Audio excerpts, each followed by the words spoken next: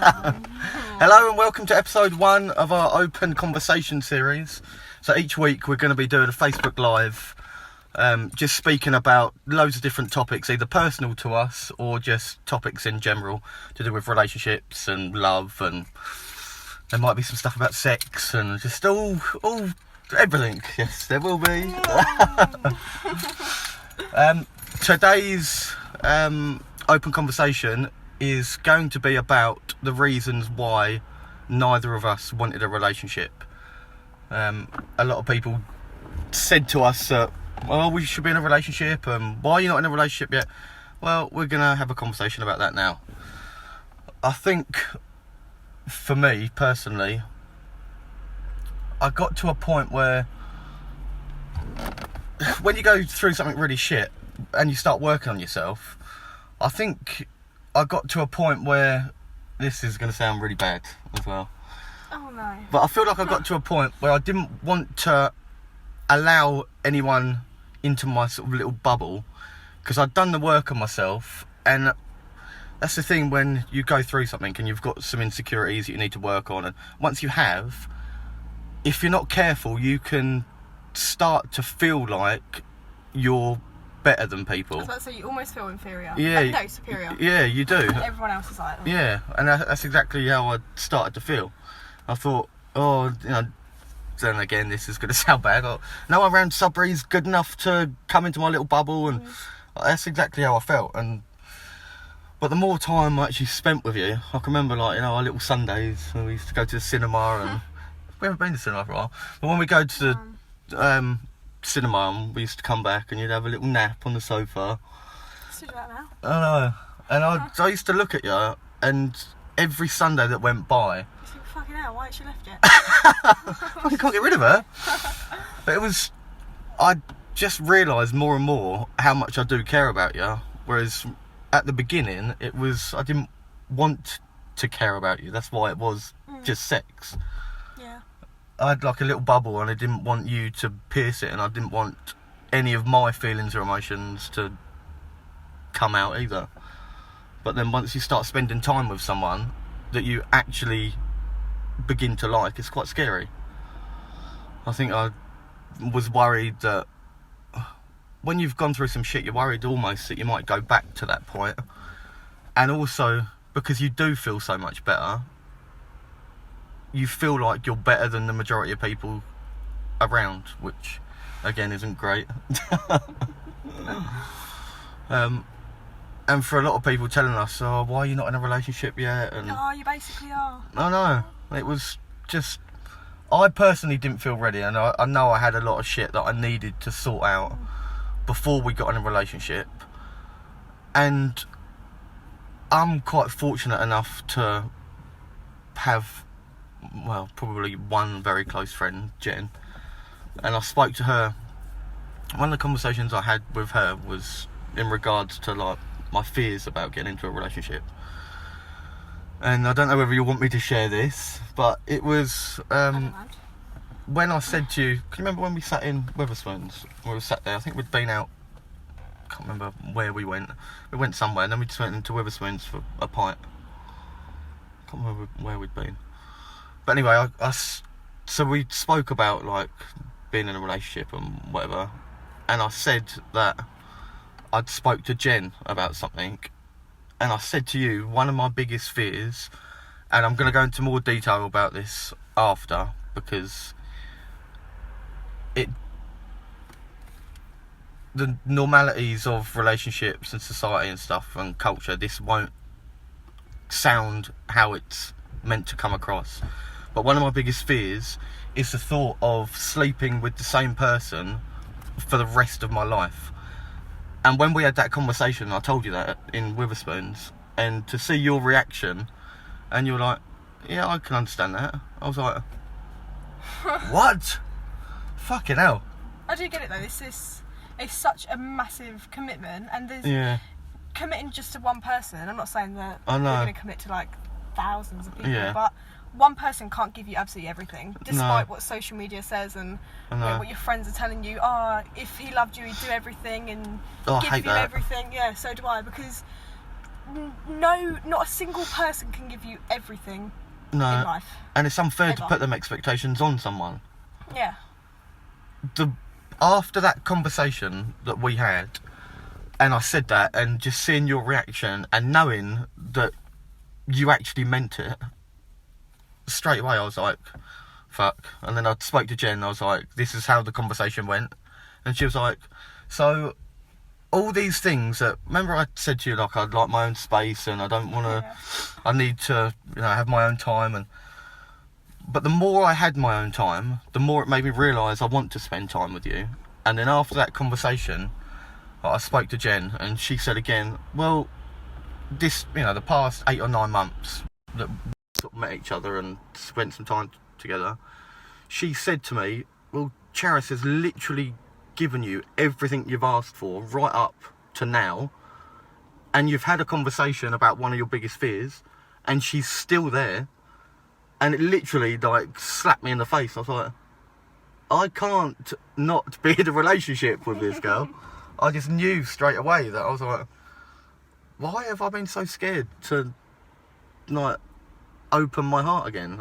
I in some regards I sort of thought that maybe I wasn't capable of loving someone again, and I was scared that, and I don't mean this egotistical, but I was scared that you would start to have feelings for me and I wouldn't be able to allow myself to have feelings for you. But then when I realised that I did, I knew that we needed to be in needed to be in a relationship, because of the things that we are and everything we're creating, and the vision that we have for our lives is so similar. And I just realised that actually we're connected on a far deeper level than I ever imagined we would be, and there's no way that I could have walked away from that. But it took me 10 months. Took me 10 months to, well, probably. Well, no, about 9 months. I suppose I sort of realised it a little bit earlier, but I was almost in denial. Now I can't get rid of you. I know. Well, why didn't you want to be with me then? Well, it wasn't you per se. I think for anyone that read what I wrote, what was it, yesterday? Yeah, a couple of days ago. That was a massive contributing factor, because just before I'd met Dan, I wasn't really an acknowledgement that I had an issue or a problem with what had happened. I was in denial for a very long time, and I just thought, oh, it's no big deal, it's cool, these things, they happen all the time, like, it's just it's a teenager thing. It's obviously not a teenager thing. Yeah, it's weird how you sort of talk it down though when it's happened to you. Yeah. I know. That's so funny. You're like, oh. I know, I'm crying inside. So, at the time I don't really know how to describe. I got into a relationship a few months before I met you, and it was for all the wrong reasons. It's similar to what I was doing when I was in a shit place, constantly going out and drinking and doing drugs and stuff to make myself feel better. Sometimes when you feel shit, you can jump into another relationship hoping that the relationship will make you feel better. But it's so short-lived. It's such a temporary fix. Yeah. And it lasted 3 months. Yeah. Oh. Poor network. It's still recording. Oh. And yeah, then I ended up hurting someone quite badly that I really cared about, but you just weren't in the right place, were you? Yeah, and it was I was in love with the idea of someone just loving me because everyone else had been laughing about me for the last 9 months, 10 months, year, whatever. And it just soon went out. Yeah. So then meeting you and obviously going to counselling and things like that, I knew I wasn't ready to put myself in the position to be with someone or taking the responsibility of someone else's feelings. That would be selfish. Do you know what I loved so much about when we met? We were both, I suppose, coming out of the final stages of the shit that we needed to get through us, individually. But neither of us, when we met, we didn't want to suffocate each other and force each other to be better. We were still on our own individual journeys to improve. And that's what I loved so much, that we still allowed each other the time and space to do that. Because without that, it almost creates too much of a dependency. Yeah. And then, say that relationship broke down again, you're back to square one because you've not actually done the work that you needed to do. The relationship gave you the, like you said, the short fix of like feeling good. And the instant gratification. Yeah, it is. And I never ever wanted to feel how I felt ever again. And part of me, after a while, after I'd done most of the work I needed to do on myself, it made me realise that every relationship in our lives... Sorry, I just went on low battery. Every relationship in our lives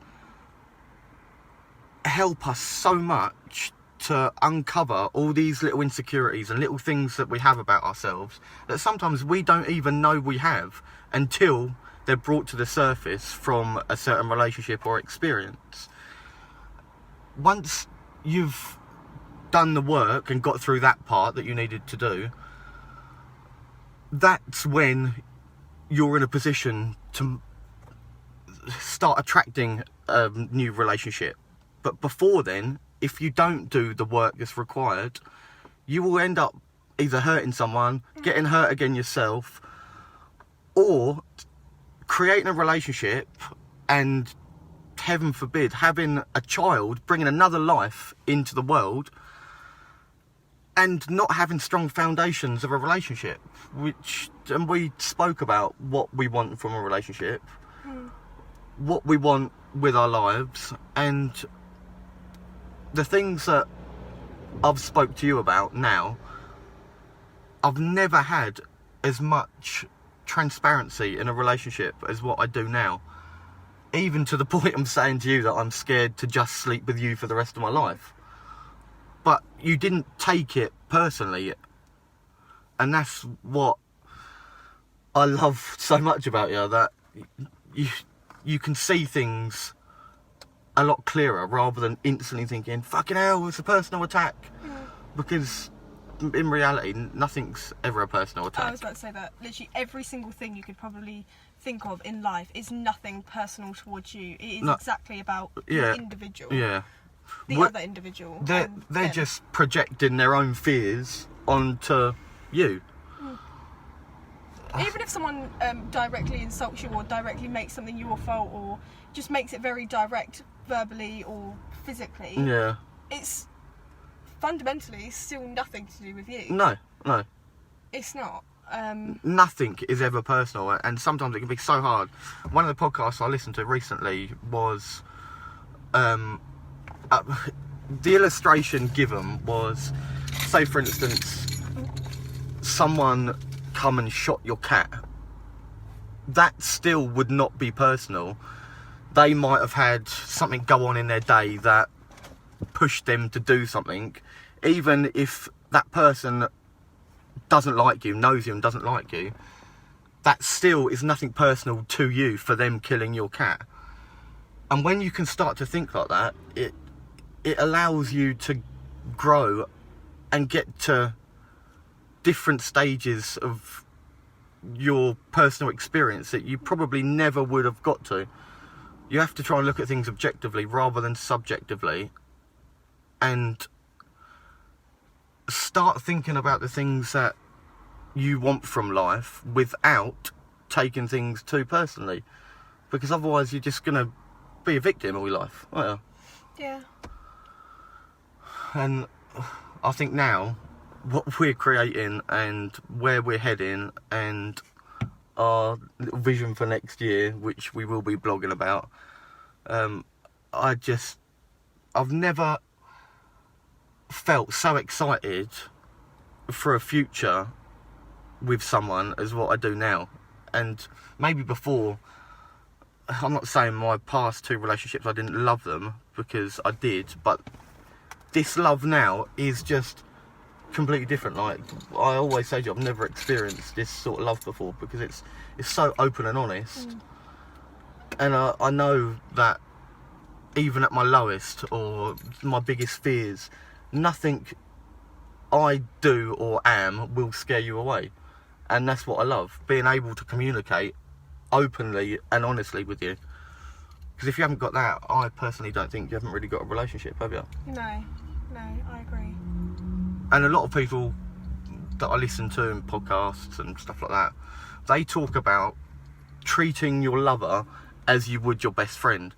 Now, if you can have conversations with your best friend about, for instance, me saying to you, oh, my fear is like sleeping with one person for the rest of my life, or, you know, just all the things that you might speak about to a best friend that you're scared to speak to a lover or partner or whatever about, but yet you hear people say, oh, I'm with my best friend, but yet they'll still not talk about the things that they would talk about to their best friend. And I never ever want to feel like I'm hiding anything from you. I want to be able to be who I am. And I've got that, and I didn't think I would ever get to this point to have it. Anyway, we're gonna stop our little rambling. I think there's so much to say, but to speak about it in a live, it's just people get bored. They're like, bye. I know. So we're going to try and keep these under 15 minutes because I know it can be quite hard to sit there and stare at your phone for any longer. But next week we will be doing a live on a completely different topic.